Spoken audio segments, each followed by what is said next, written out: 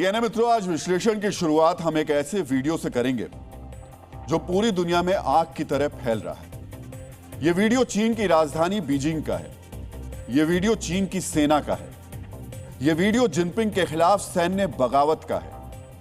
आप देख सकते हैं, इस वीडियो में चीन की सेना चारों तरफ से बीजिंग की तरफ बढ़ती दिखाई दे रही है। चीन की सेना के इन काफिलों में 10 या 20 फौजी नहीं है, पूरी की पूरी ब्रिगेड मौजूद है। चीनी सैनिकों का इतना बड़ा दस्ता बीजिंग पर ऐसे ही नहीं उतरा है। यह दस्ता जिनपिंग के खिलाफ उतरा है। चीन की सेना के बीजिंग कूच का यह सबूत जिनपिंग के तख्ता पलट की आशंका को मजबूत कर रहा है। डीएनए मित्रों, चीन में सेना की यह बगावत देश का सर्वकालिक महान नेता बनने का सपना देख रहे शी जिनपिंग की टेंशन बढ़ा रही है और वो डैमेज कंट्रोल और बीजिंग की सुरक्षा पुख्ता करने में जुट गए हैं। मित्रों, सवाल है, क्या चीनी फौज का यह बड़ा ग्रुप जिनपिंग की जगह अमेरिका के राष्ट्रपति डोनाल्ड ट्रंप का ऑर्डर फॉलो कर रहा है? और क्या चीनी फौज के ट्रंप कार्ड की वजह से जिनपिंग अपनी कुर्सी गंवाएंगे या फिर बच निकलेंगे? इन्हीं सवालों का विश्लेषण आज हम करने वाले हैं। मित्रों, आज अमेरिका के राष्ट्रपति ट्रंप की गुप्त योजना भी सामने आ रही है। इस योजना के मुताबिक वेनेजुएला के बाद ट्रंप का अगला निशाना क्यूबा, कोलंबिया, कनाडा या ईरान नहीं है, बल्कि चीन। हमने आपको दिखाया था कैसे चीन के शक्तिशाली जनरल की गिरफ्तारी से जिनपिंग के तख्तापलट की योजना फेल हो गई। लेकिन अब ट्रंप ने ऑपरेशन जिनपिंग के प्लान बी को एक्टिवेट कर दिया है, जिससे बीजिंग में कम्युनिस्ट पार्टी ऑफ चाइना में खलबली मच गई है और जिनपिंग ने पीपल्स लिबरेशन आर्मी में अपने वफादारों को इकट्ठा करना शुरू कर दिया है। मित्रों, आज आपको जानना चाहिए, एक जनरल की गिरफ्तारी के बाद कैसे चीन की सेना दो हिस्सों में बंट गई और जिनपिंग के खिलाफ सबसे बड़े सैन्य विद्रोह की आशंका मजबूत हो गई। मित्रों, आज आपको यह भी जानना चाहिए, जिनपिंग से बगावत करने वाले सैनिक अब बीजिंग से कितनी दूर मौजूद हैं। आज आपके लिए यह जानना भी जरूरी है, जिनपिंग ने चीन की सेना के नंबर 2 जनरल यानी अपने बाद चीन के सबसे मजबूत व्यक्ति को क्यों गिरफ्तार करवाया? क्योंकि इस रहस्य के सामने आने के बाद चीन में अब शी जिनपिंग के खिलाफ सत्ता विरोधी लहर चलनी शुरू हो गई।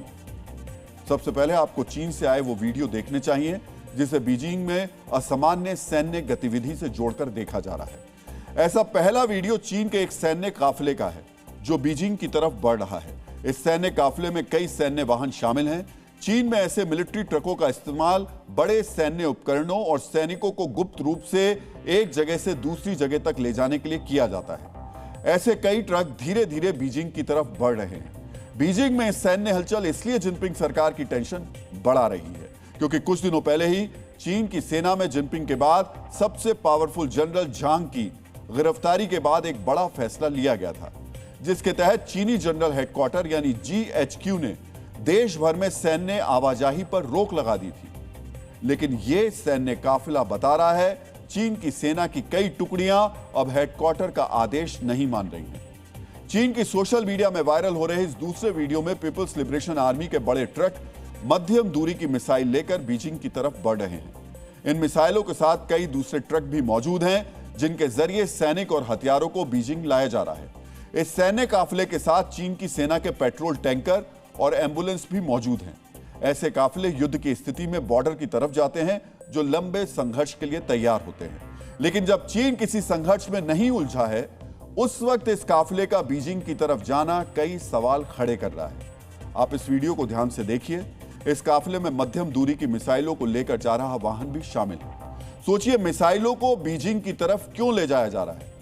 यह वीडियो चीन के जियांगसू प्रांत के यिक्सिंग जिले का है, जो बीजिंग से लगभग 1000 किलोमीटर दूर है और यहां से बीजिंग पहुंचने में लगभग 10 घंटे लगते हैं। यानी 10 घंटे के बाद इस सैन्य वाहन के बीजिंग की तरफ जाने की असली वजह भी पता चलने वाली है। लेकिन चीन में लोग सेना के इस कूच को चीन के ताकतवर जनरल झांग की गिरफ्तारी से जोड़ रहे हैं। मित्रों, बीजिंग की तरफ चीन की सेना के कूच का तीसरा वीडियो जिनपिंग के लिए ज्यादा खतरनाक है। इस वीडियो में पीपल्स लिबरेशन आर्मी की एक ब्रिगेड, जिसमें 3000 से 5000 तक सैनिक होते हैं, उसका मूवमेंट दिखाई दे रहा है। ये सैनिक पूरी तरह हथियारों और सैन्य साजो सामान से लैस हैं और पैदल ही बीजिंग की तरफ बढ़ रहे हैं। ये वीडियो तियानजिन के बुकिंग जिले का है। यह जगह बीजिंग से करीब 40 से 50 किलोमीटर दूर है। यानी बीजिंग के चारों तरफ से घेरकर ऐसे सैन्य काफिलों के आगे बढ़ने की खबरें आ रही हैं।